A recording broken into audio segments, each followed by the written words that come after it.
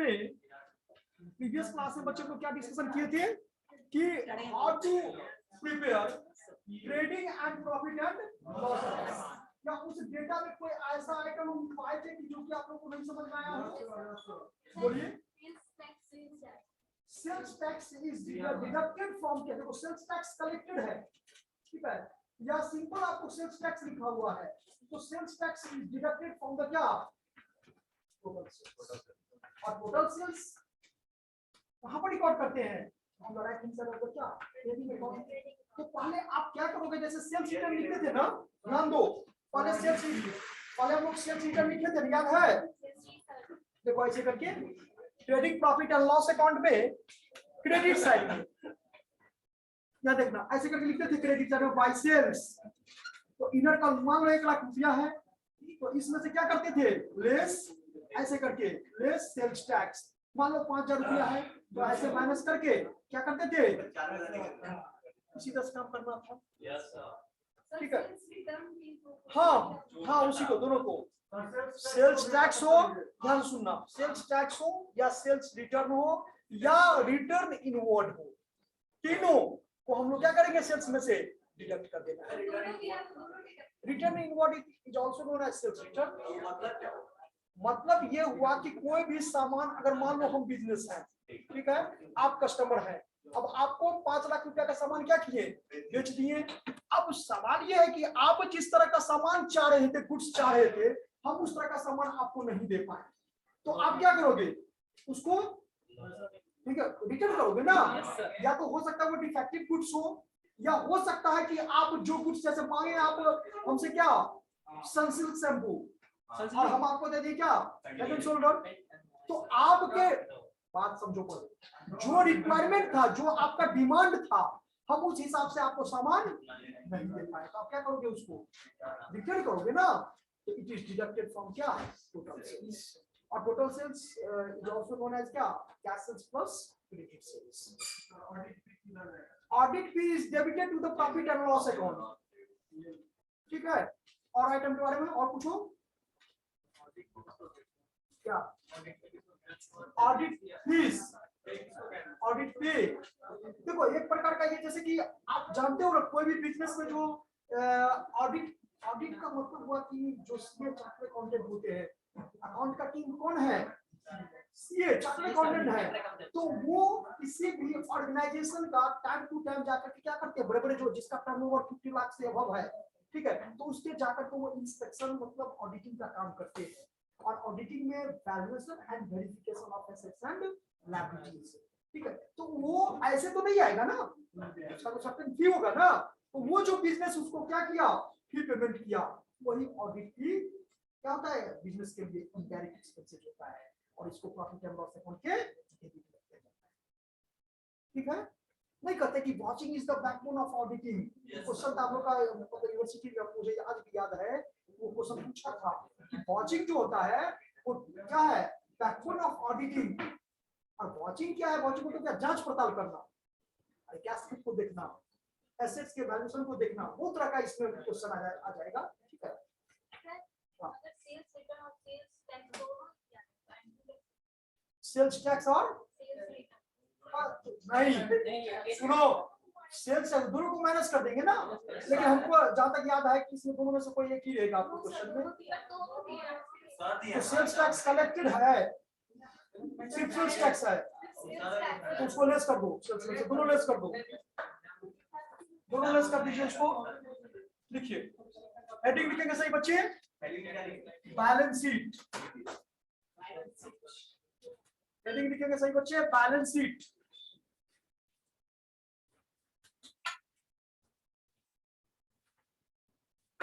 Balance sheet क्यों बनाते हैं, हाँ नहीं क्यों बनाते हैं वो क्वेश्चन अलग हो जाएगा। यहाँ हम अभी आपको समझाएंगे मीनिंग ऑफ बैलेंस शीट, पहले सुन लीजिए, समझ लीजिए, फिर उसका नोट कीजिएगा। Balance sheet is the second part of the क्या, फिनेंशियल स्टेटमेंट। बैलेंस शीट क्या है, फिनेंशियल स्टेटमेंट का ये क्या है, सेकंड पार्ट है, क्योंकि first part is called income statement और second part is called position statement. यानी balance sheet is also known as position statement.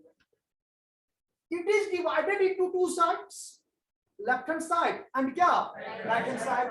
Left hand side is called, नहीं बच्चे, left hand side is called assets and sorry liability, capital and liability side, and right hand side is called assets and property side. तीन sentence बताएं। पहला sentence क्या बताएं कि balance sheet is also known as क्या financial, ये balance sheet is the second part of the financial statement. Balance sheet is also known as positional statement. It is divided into two sides, left hand side and right hand side. Left hand side is called capital and liability side, and right hand side is called assets and property side. ठीक है इतना तक। और इसको prepare क्यों करते हैं, क्योंकि पोजीशन को मुझे जानना है। देखो एक होता है अर्निंग कैपेसिटी, है ना, किसी भी बिजनेस ऑर्गेनाइजेशन का अर्निंग कैपेसिटी क्या है, तो वो इनकम स्टेटमेंट बना करके दिखाएगा। ठीक है, अगर उसके पोजीशनल स्टेटमेंट को देखना है तो उसके बैलेंस शीट को आपको देखना पड़ेगा कि बैलेंस शीट में जो है कि उसका एसेट्स, कैपिटल, लायबिलिटी, फंड, डेब्ट, है ना, कर्ज जो लोन है, ठीक है, तो उस सब की जानकारी आपको अगर प्राप्त करना है तो बैलेंस शीट आपको क्या करना पड़ता है, प्रिपेयर करना पड़ता है। ठीक है, अब हम लोग तो पढ़ रहे हैं अभी सोल प्रोप्राइटरशिप का, हम लोग किसका पढ़ रहे हैं, सोल ट्रेडिंग कंसर्न का सोल प्रोप्राइटरशिप पढ़ रहे हैं। जब पार्टनरशिप में जाओगे वहां पर भी बैलेंस शीट है, कंपनी में जाओगे वहां पर भी बैलेंस शीट है, यानी सबका क्या है। हम तो यहाँ तक हम भी पढ़े हैं और आप लोग भी अगर पढ़े होंगे, जो बच्चे कॉमर्स में आए हैं वो पढ़े होंगे कि financial statement of the company का जब फाइनेंशियल स्टेटमेंट पढ़ोगे ना बच्चे, तो उसका प्रिस्क्राइब्ड फॉर्मेट है और उसी फॉर्मेट में आपको क्या करना पड़ेगा, बैलेंस शीट को बनाना पड़ेगा, समझना पड़ेगा। ठीक है, लेकिन अगर सोल ट्रेडिंग कंसर्न में, लेकिन यहाँ पर सोल ट्रेडिंग कंसर्न में कहता है कि इसका भी फॉर्मेट है, इसको भी आप दो तरह से बना सकते हो। कौन कौन सा, एक तो इन ऑर्डर ऑफ लिक्विडिटी और इन ऑर्डर ऑफ क्या, परमानेंस। लिक्विडिटी का मतलब हुआ कि अगर करंट एसेट्स हम राइट में करंट एसेट्स पहले दिखाएंगे तो लेफ्ट में हम करंट लायबिलिटी पहले दिखाएंगे, तो ये फॉर्म जो होगा वो क्या होगा, लिक्विडिटी फॉर्म होगा। और परमानेंस का मतलब क्या है कि अगर राइट में पहले फिक्स्ड एसेट्स को दिखाएंगे तो लेफ्ट में हम लोग क्या दिखाएंगे, फिक्स्ड लायबिलिटी को दिखाएंगे, यानी फिक्स तो हो गया इन ऑर्डर ऑफ क्या, परमानेंस। और करंट हो गया इन ऑर्डर ऑफ क्या, लिक्विडिटी। बहुत सारे बच्चे क्या करते हैं कि यार चलो सर चलिए सर बैलेंस शीट ही तो मिलाना है ना, चाहे हम फिक्स लिखें चाहे हम करंट लिखें, ठीक है, तो बात तो बराबर पड़ेगा, अमाउंट तो टोटल वही आएगा, लेकिन सीक्वेंस की जहां तक बात आ जाएगी तो वो क्या होगा, ठीक है, सीक्वेंस जरूरी है। आप जब भी बैलेंस शीट बनाओगे सीक्वेंस में नहीं करोगे तो आपको क्या कर देगा, वो कह देगा ये जो है अनएक्सपीरियंस्ड अकाउंटेंट के द्वारा ये क्या किया गया, प्रिपेयर किया गया। ठीक है, चलो अब लिखिए मीनिंग ऑफ बैलेंस शीट, समझ में आया इतना जी? Yes sir.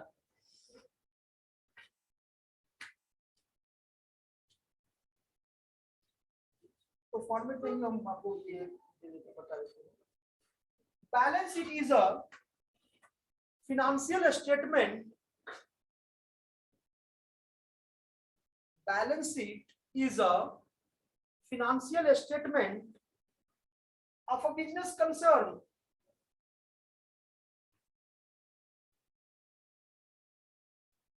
Balance sheet is a financial statement of a business concern. It is a statement. It is a statement of the total assets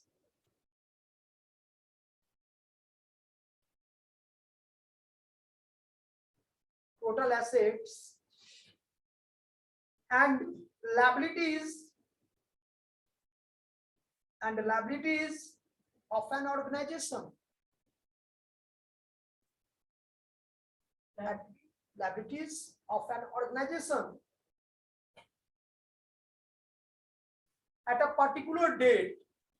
ये पॉइंट एक आप लोगों को छोड़ के बताना, at a particular date. देखिए हम पहले भी आपको बच्चे बताए हैं कि बैलेंस शीट जो चाहे कोई भी फाइनेंशियल स्टेटमेंट ही लो ना, कि फाइनेंशियल स्टेटमेंट जब प्रिपेयर किया जाता है बच्चे तो वो एक निश्चित तिथि को प्रिपेयर किया जाता है, एक पर्टिकुलर डेट को प्रिपेयर किया जाता है। ऐसा नहीं कि आप उसको डे टू डे प्रिपेयर कर सकते हो, हाँ आप वीकली कर सकते हो, आप मंथली कर सकते हो, आप क्वार्टरली कर सकते हो, आप हाफ ईयरली कर सकते हो और आप ईयरली कर सकते हो, लेकिन 1 साल से ज्यादा का आप प्रिपेयर, ये रिस्ट्रिक्शन है वो सभी पर। हाँ, 1 साल तक मैक्सिमम उसका पीरियड हो सकता है, यानी 12 मंथ मैक्सिमम। आपका अब ये नहीं कि आप मान लो हमें कंपनी चला रहे हैं, वो कंपनी का लाइफ जो है सो 100 साल है, तो क्या उसका स्टेटमेंट या उसका पोजीशन, ठीक है, या उसका अर्निंग कैपेसिटी परफॉर्मेंस हम आफ्टर 100 ईयर जानेंगे? नहीं, उसको जानने के लिए मैक्सिमम आप 1 साल पर क्या कर सकते हो, तैयार कर सकते हो। लेकिन अब मन होगा कि नहीं सर हम 1.5 साल पर बनाएंगे, हम मन होगा 2 साल पर बनाएंगे, हमको मन होगा आप 5 साल पर बनाएंगे, नहीं। ये ICAI institute of chartered accountant of India के द्वारा स्पष्ट गाइडलाइन है कि आप फिनेंशियल स्टेटमेंट प्रिपेयर करोगे तो आप मैक्सिमम 1 साल से ज्यादा का नहीं कर सकते हो। नहीं, डे टू डे आप रिकॉर्डिंग कर सकते हो, आप जनरलाइज कर सकते हो, जर्नल एंट्री बना सकते हो, आप day to day classified and major बना सकते हो, लेकिन डे टू डे आप ना तो ट्रायल बैलेंस बना सकते हो और ना ही आप फाइनल अकाउंट, क्योंकि trial balance is a statement not an account. वो भी स्टेटमेंट है और ये भी स्टेटमेंट है। तो जब ट्रायल बैलेंस ही नहीं आप तो मतलब डे टू डे बना सकते हो, तो इसका तो दूर की बात है, क्योंकि ये तो it is prepare on the basis of trial balance. आप फाइनेंशियल स्टेटमेंट यानी फाइनल अकाउंट जब बनाओगे, वो किसके बेसिस पर बनाओगे? ट्रायल बैलेंस के बेसिस पर बनाओगे। तो ट्रायल बैलेंस नहीं देखते, हम लिखते थे कि ट्रायल बैलेंस यानी कहते हैं एज ऑन, डेट लिखते थे 30 जून या 31 मार्च, तो वो जब भी प्रिपेयर किया जाएगा वो अकाउंटिंग ईयर के एंड में प्रिपेयर किया जाएगा। ये आपको पहले से ही लिख करके देना पड़ेगा कि हम अकाउंटिंग ईयर जो एज्यूम कर रहे हैं वो या तो कैलेंडर ईयर होगा या तो फिनेंशियल ईयर, कोई चीज हो सकता है। ठीक है, आगे लिखेंगे, क्या लिखें? हाँ, आगे लिखिए। usually the last day of the accounting period,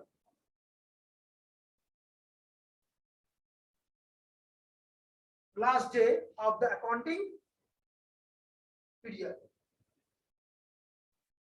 a balance sheet shows, paragraph change करके, a balance sheet shows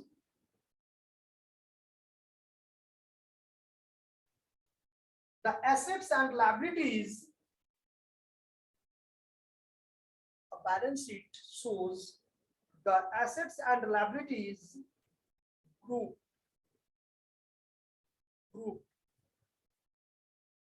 हाँ, ED लास्ट में, properly classified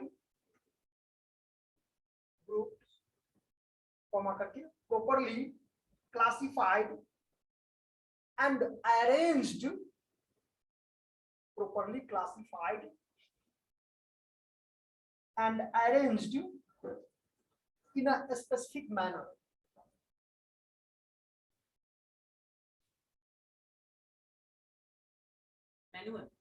Manner.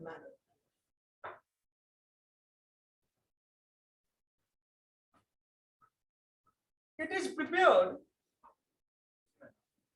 उसी में it is prepared to knowing the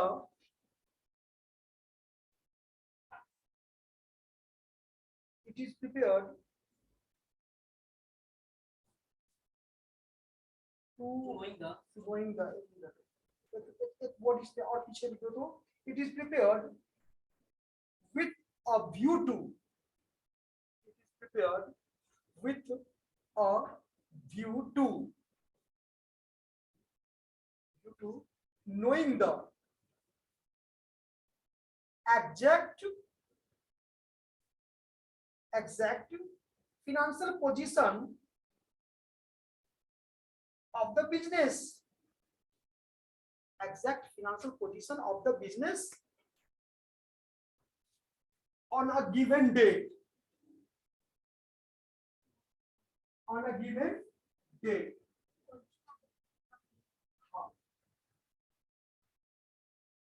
please सभी बच्चे को इसको शुरू से बैलेंस जो नोट करवाए हैं, जो लिखवाए हैं, तो पढ़िए, तो पढ़िए, कहीं कोई सेंटेंस में कोई प्रॉब्लम तो नहीं है?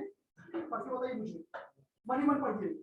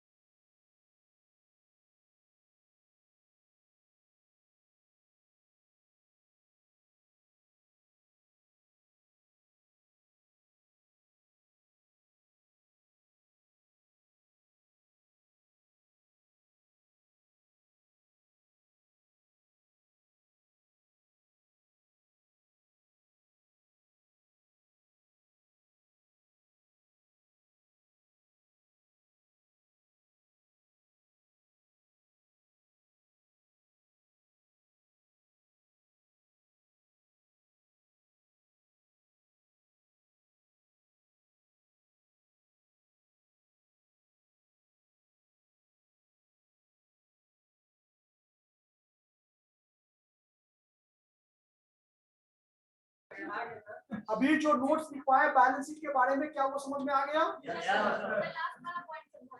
लास्ट वाला पॉइंट ये करा है कि ये मतलब इसलिए प्रिपेयर किया जाता है, फिनेंशियल स्टेटमेंट यानी बैलेंस शीट इसलिए तैयार किया जाता है जिससे कि किसी भी ऑर्गेनाइजेशन का जो भी उसका पोजीशन है, मींस एसेट्स है कि लायबिलिटी है कि फंड है कि कैपिटल है ना, कि लोन है, सभी प्रकार की जानकारी को प्राप्त की जा सके। अगर ये मोटिव नहीं होता तो वो कभी भी बैलेंस शीट प्रिपेयर नहीं करता। बैलेंस शीट प्रिपेयर करने का मतलब ये है कि नहीं कहते अरे गाँव सब में हम लोग कहते थे तुमको हम क्या करेंगे देख लेंगे, मतलब क्या तुम्हारा कैपेसिटी जो है, तुम्हारे कैपेसिटी से मेरा कैपेसिटी जो है वो ज्यादा है, इसीलिए हम तुमको हम क्या करेंगे देख लेंगे। मतलब एक हम बोलचाल की भाषा में, क्योंकि हम बोलचाल की भाषा आप जल्दी पकड़ लो, जल्दी समझ लो, ठीक है। तो ये मतलब क्या हुआ कि उसका जो पोजीशन है, उसका जो एसेट्स में बच्चे वैल्यूएबल रिसोर्सेज आ जाता है, जिस पर क्या होता है कंट्रोलिंग, मैनेजमेंट, ऑपरेटिंग सब कुछ अपने हाथ में, ठीक है। अब ये सिस्टम मेरा है, मतलब इसको जब चाहे तब हम इसको चला सकते हैं। ये मेरे मतलब प्रॉफिट को जनरेट करने में क्या कर रहा है, हेल्प कर रहा है। तो ये सब आगे लिखिए। मेन लिखो तो feature of balance sheet, feature of balance sheet की क्या या कैरेक्टरिस्टिक्स भी कह सकते हैं।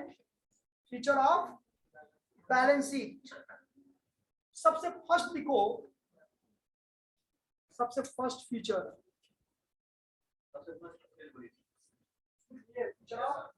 Balance sheet. तो balance sheet is a statement, first feature लिखेंगे, इसका सबसे बड़ी विशेषता यह है ये अकाउंट नहीं है, विवरण है। तो balance sheet is a statement not an account, balance sheet is a statement not an account. Second point लिखिए, it has two sides, it has two sides, yeah, it is divided into two sides, left hand side and kya right hand side. Left hand side is called capital and liability side, it has two sides, आगे लिखो left hand side and क्या right hand side. Left hand side is called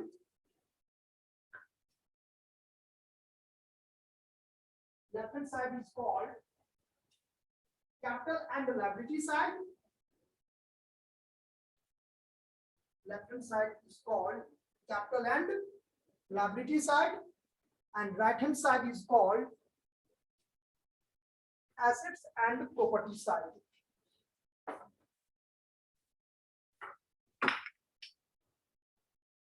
Assets and property side. Third point लिखिए,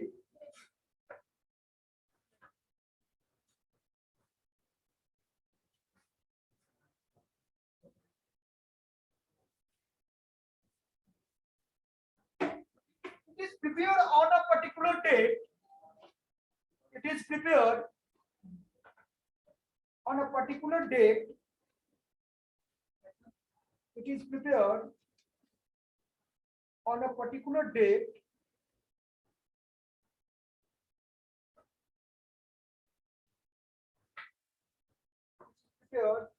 on a particular date,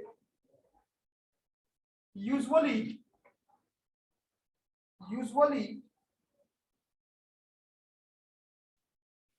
the last date of the accounting period.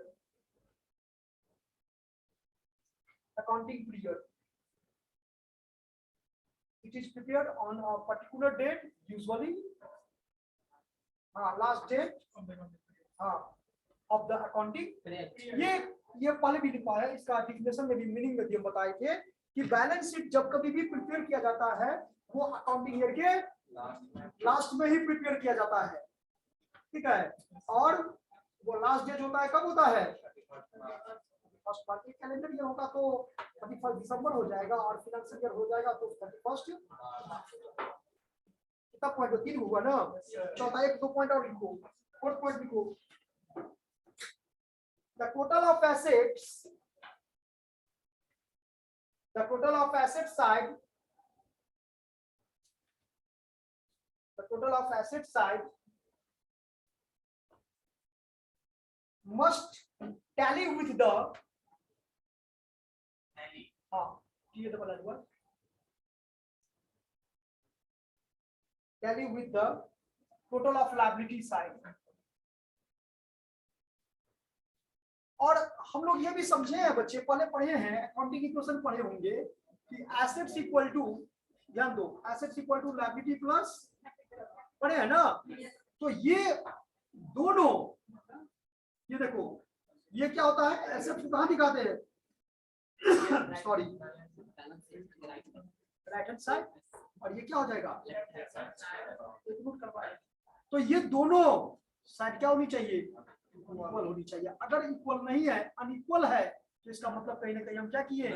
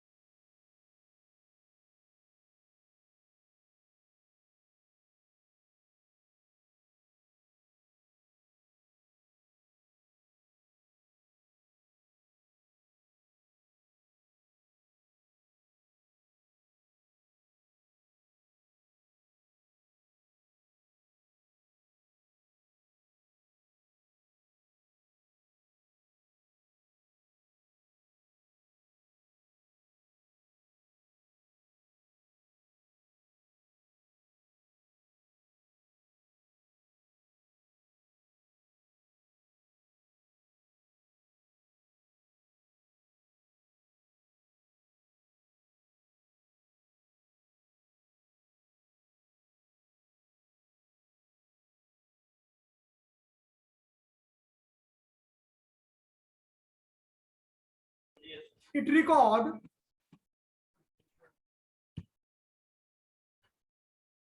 assets on right hand side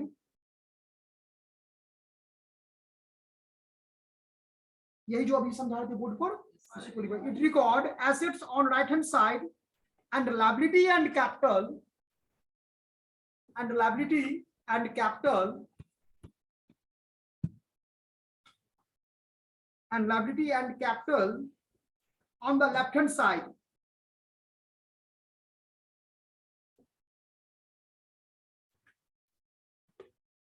Assets represent, how see में, assets represent debit balances, assets represent debit balance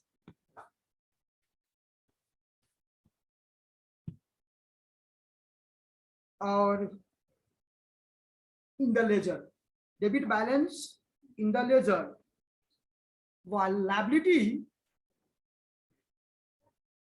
while WHILE, while liabilities represent credit balance.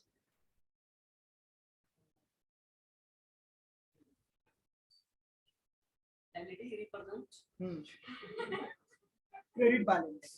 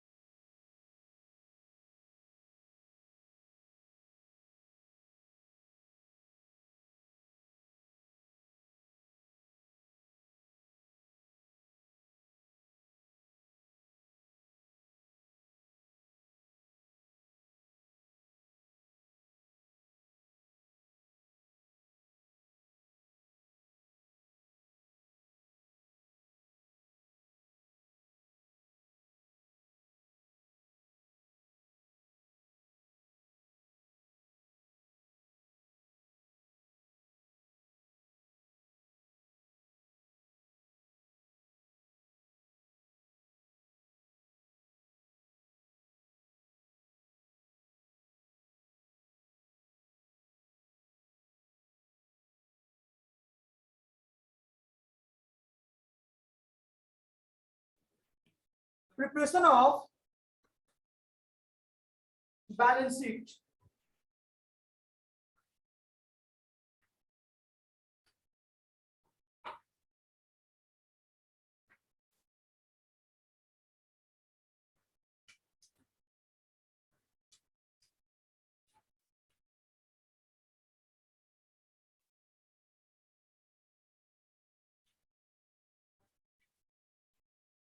तो heading लिख लिए? Yes sir. Balance sheet is prepared. Balance sheet is prepared under the two way या two order. याद रखना soul trading concern का हम लोग पढ़ रहे हैं, ठीक है? Under the two way, first लिखो या टू ऑर्डर भी लिख सकते हैं। इन order of liquidity, in order of liquidity, और सेकंड लिखिए in order of permanence,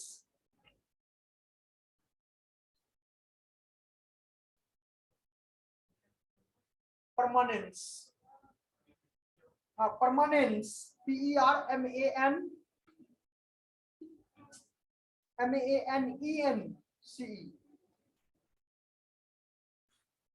permanence का मतलब यहाँ देखो दो वर्ड है, एक है लिक्विडिटी और दूसरा क्या परमानेंस। परमानेंस का मतलब होता है फिक्स्ड, है ना, परमानेंट। और लिक्विडिटी का मतलब है कि जो इसको बेसिक अकाउंटिंग टर्म में हम आप लोगों को समझाए होंगे लिक्विड एसेट्स के बारे में, कि liquid assets are those current assets which are converted into cash quickly.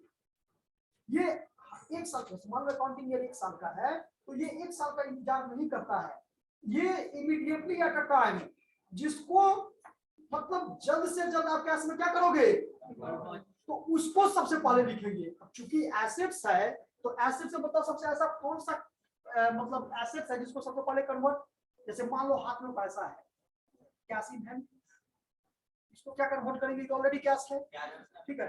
इसके बाद बैंक में पैसा डिपॉजिट है तो क्या सेट क्या, तो इस तरह से लिख लो, थोड़ा मीनिंग लिख लो।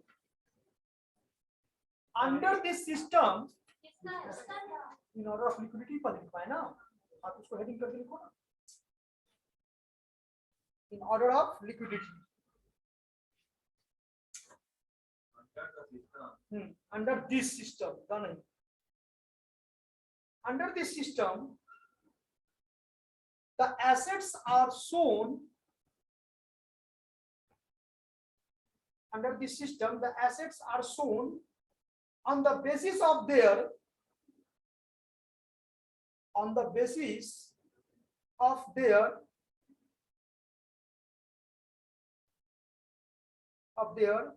convertibility। कन्वर्ट समझते हैं ना, कन्वर्टिबिलिटी मतलब जिसको कन्वर्ट कर सके हैं इनटू कैश।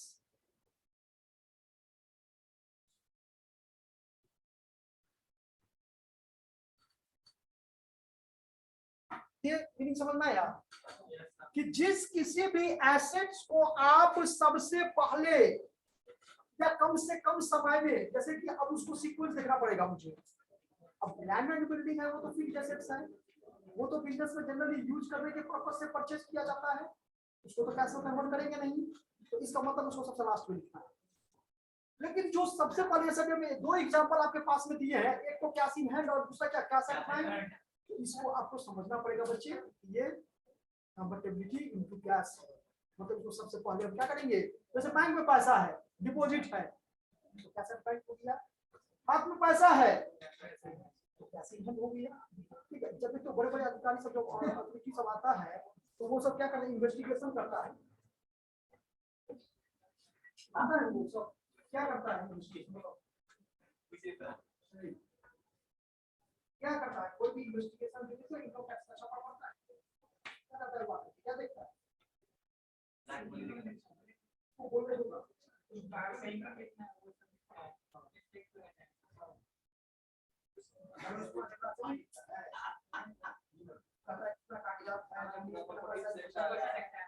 यस। तो ये चीज समझना है कि कन्वर्टेबिलिटी इनटू कैश का मतलब ये हुआ कि जिसको आप मान लो गोल्ड है, अब गोल्ड है तो मुझे याद है कि 2005 में जो गोल्ड का रेट था बच्चे वो 5000 था लमसम पर 10 ग्राम।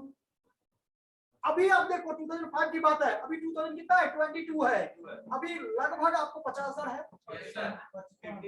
जो भी है कि हमें राउंड फिगर लिए हैं समझने के लिए। तो आप इस वो हॉल मार्केट में था, आप सर्च करोगे देखोगे 2005 में वही लमसम होगा, ठीक है, आप सर्च करके देखोगे। मेरा ये कहना है कि अगर गोल्ड है, ऑर्नामेंट है, तो आप उसको जब चाहो तब आप कैश में क्या कर सकते हो। तो इसको ध्यान में ये रखना है कि फॉर्मेट में किस एसेट्स को पहले लिखेंगे और किस एसेट्स को बाद में लिखेंगे। ये जो टॉपिक हम लोग का अभी जो चल रहा है वो यही चल रहा है, क्योंकि देखो balance sheet is divided into to side, पहले बता चुके हैं। ये देखो यही फॉर्मेट होता है जनरली बैलेंस शीट का। अब ये भी अमाउंट है, ये आपका लेफ्ट हैंड साइड हो गया और ये क्या हो गया राइट हैंड साइड हो गया। तो इधर हम लोग लायबिलिटी साइड लिखते हैं और इधर आपको एसेट साइड लिखते हैं और ये भी अमाउंट हो जाएगा। तो बच्चे चाहे अमाउंट हम यहाँ लिखे, फोकस करो देखो, चाहे अमाउंट हम सबसे ऊपर लिखे या चाहे अमाउंट हम सबसे नीचे लिखे, करना तो लास्ट में दोनों को बराबर ही है, आंसर तो आ जाएगा सीक्वेंस। तो प्लीज सही बच्चे को जितना भी थ्योरी हम बताए हैं उस थ्योरी को पढ़ना है और एक फॉर्मेट हम अभी आपको ग्रुप में सेंड करेंगे, ठीक है सर। तो उसको घर पे क्या करना है, देख लेना है, पढ़ लेना, बढ़िया से नोट भी कर लेना है। क्वेश्चन था सर मेरा, बोलिए।